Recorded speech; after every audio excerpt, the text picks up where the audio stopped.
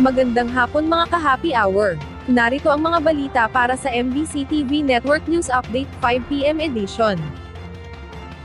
Kandidato sa pagkagobernador ng Guimaras, inaresto ng CIDG matapos masangkot sa swindling.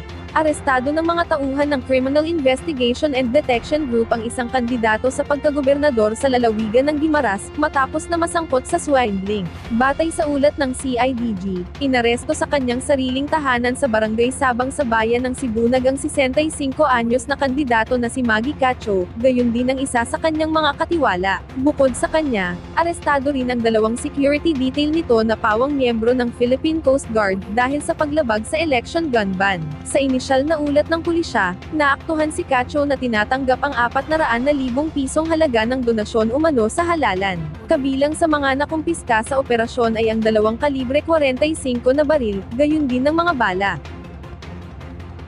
Samantala, sa Metro Manila ngayon, budget-friendly na pangregalo ngayong Valentine's Day, mabibili sa Litex Market. Ramdam na ang Feb-ibig sa kahabaan ng Litex Market sa Quezon City, dahil nagkalat na ang mga stall ng iba't ibang pangregalo ngayong Valentine's Day, na swak sa budget. Pinakamurang mabibili rito ay isang artificial rose sa halagang 20 hanggang 25 pesos kada piraso. May heart-shaped bouquet din na may maliit ng teddy bear na nasa 75 hanggang 180 pesos ang presyo. Makakabili rin ng tsokolate na nakalagay sa korteng puso na kahon na nagkakahalaga lang ng 50 hanggang 380 pesos, depende naman sa laki ang presyohan ng teddy bear na nasa 300 hanggang 800 pesos ang bentahan. May pwesto ring nagbebenta ng single rose na 75 pesos kada piraso, at sunflower naman na 150 pesos kada piraso. May maliit ding bouquet of flower na 350 pesos ang presyo. Ayon sa ilang nagtitinda, karamihan sa mga namimili sa kanila ay mga estudyante, gayon din ang ilang manggagawa.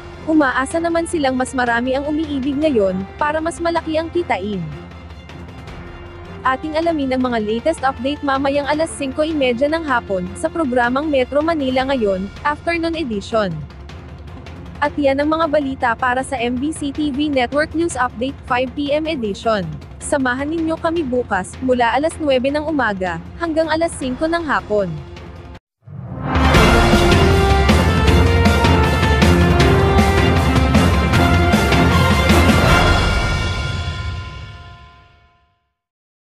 Mga ka-happy hour, kung gusto mong manood ang mga balita sa MBC TV Network News Update, mag-subscribe sa aming YouTube channel, i-like ang aming Facebook page, at i-follow sa aming TikTok account.